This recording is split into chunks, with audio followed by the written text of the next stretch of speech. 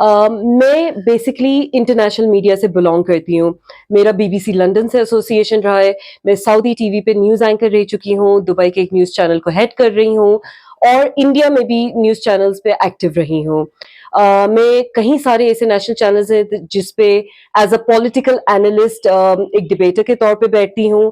تو کہیں نہ کہیں الیکشنز کو لے کے, اس ملک کے صورتحال کو لے کے, اور خاص طور سے ڈیموکریسی کا جو یہ ایک بہت خوبصورت ہم سب کو رائٹ دیا ہے, ووٹنگ کا رائٹ, اس کو لے کے بڑی ایک تبدیل اسٹڈی کر چکی ہوں. 70 سالوں میں جو کشمیر کی صورتحال ہے اس پہ کتنا کام کیا گیا, ان ایشوز کو کتنا ایڈریس کیا گیا ہو, اور 10 سال کے بعد چناؤ ہو رہے ہیں, یہ اپنے آپ میں ایک بڑی حیرت انگیز بات ہے.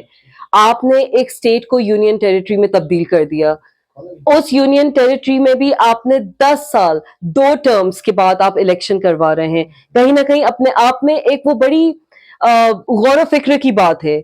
آپ انٹرنیشنل فورن ڈیلیگیٹس کو لے کے آ رہے ہیں کہ دیکھیے ہمارے کشمیر میں الیکشنز ہو رہے ہیں, آپ ایک منظر بنا رہے ہیں. 2019 میں کہاں تھے یہ فورن ڈیلیگیٹس جن کے سارے ویزاز کو آپ نے روک دیا گیا تھا, کسی میڈیا کو انٹر نہیں ہونے دیا تھا, انٹرنیٹ غالباً 1 سال سے نہیں تھا. اس وقت کہاں تھے یہ فورن ڈیلیگیٹس؟ سب آپ جا کے ان کو یہاں پہ لے کے آتے, دکھاتے کہ یہ ہو رہا ہے, ہم نے کشمیر میں یہ تبدیلی لا دی ہے.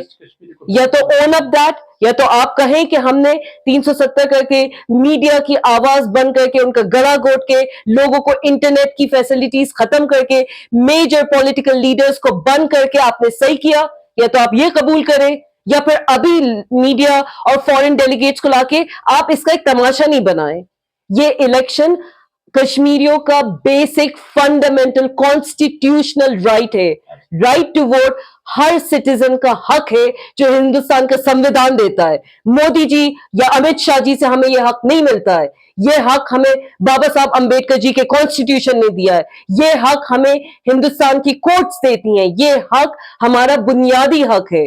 ہر وہ شخص جو ووٹنگ رائٹس کے لیے ایلیجیبل ہے اس کو جا کے ووٹ کرنا چاہیے. آپ نے اتنے عرصے کے بعد یہاں پہ پہلے تو الیکشنز کرائے, اس میں بھی آپ اس طرح سے چاہ رہے ہو جس طرح سے سجاد جی نے, ڈاکٹر سجاد نے انڈیپینڈنٹ کینڈیڈیٹس کی بات کری ہے, اس طرح کی کری. ٹھیک ہے, الیکشن لڑنا ایک سٹیزن جس کے اوپر کوئی مطلب جو ایلیجیبل ہے الیکشن لڑنے کے لیے وہ لڑ سکتا ہے. But at the end of the day آپ کا تو یہی منشا ہے نا, آپ کی تو یہی کوشش ہے کہ ایک ہنگ اسمبلی ہو جائے, کوئی ایک پارٹی کو تعداد میں ووٹس نہیں ملے. جموں میں آپ سمجھتے ہو کہ بی جے پی والوں کو ہی ووٹ ملے گا, آپ ہی کے سارے کینڈیڈیٹ جیت جائیں گے, جبکہ ایسا نہیں ہے. کشمیری پنڈت بھی اتنے ہی پریشان ہے جتنا ایک کشمیری مسلمان پریشان ہے. کام آپ نے کسی کے لیے نہیں کیا ہے. آپ اگر ان کو ووٹ بینک سمجھ کے, کشمیری پنڈتوں کو ووٹ بینک سمجھ کے آپ چاہتے ہو کہ آپ ایک میجورٹی میں ایک پارٹی بنا لو, اپنی یہاں پہ سرکار بنا لو, آپ بہت بڑی غلط فہمی میں جی رہے ہیں.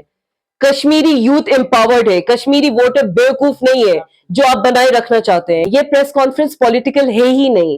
یہ پریس کانفرنس کر رہے ہیں ہم جنتا کی ایک آواز رکھنے کے لیے, ہم جنتا کی بات رکھنے کے لیے. کشمیریوں کی من کی بات کون سنتا ہے؟ کشمیریوں کی من کی بات کون آگے رکھتا ہے؟ میڈیا کو تو آپ نے یہاں پہ چپ کر کے رکھا ہوا ہے, ذرا کوئی بول دے. آج میں نان کشمیری ہو کے سری نگر میں یہ پریس کانفرنس کر رہی ہوں. مجھے اس بات کا کوئی بھروسہ نہیں کہ یہاں سے نکلنے کے بعد میں بھی محفوظ ہوں یا نہیں.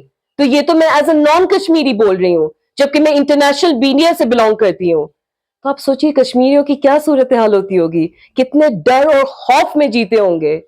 آپ نے اتنا ڈرا کے رکھ دیا ہے ان کشمیریوں کو, ان جموں والوں کو, کہ بےچارے نہ یہ اپنی آواز سامنے رکھ پاتے, نہ کور ایشوز ٹیکل کر پاتے.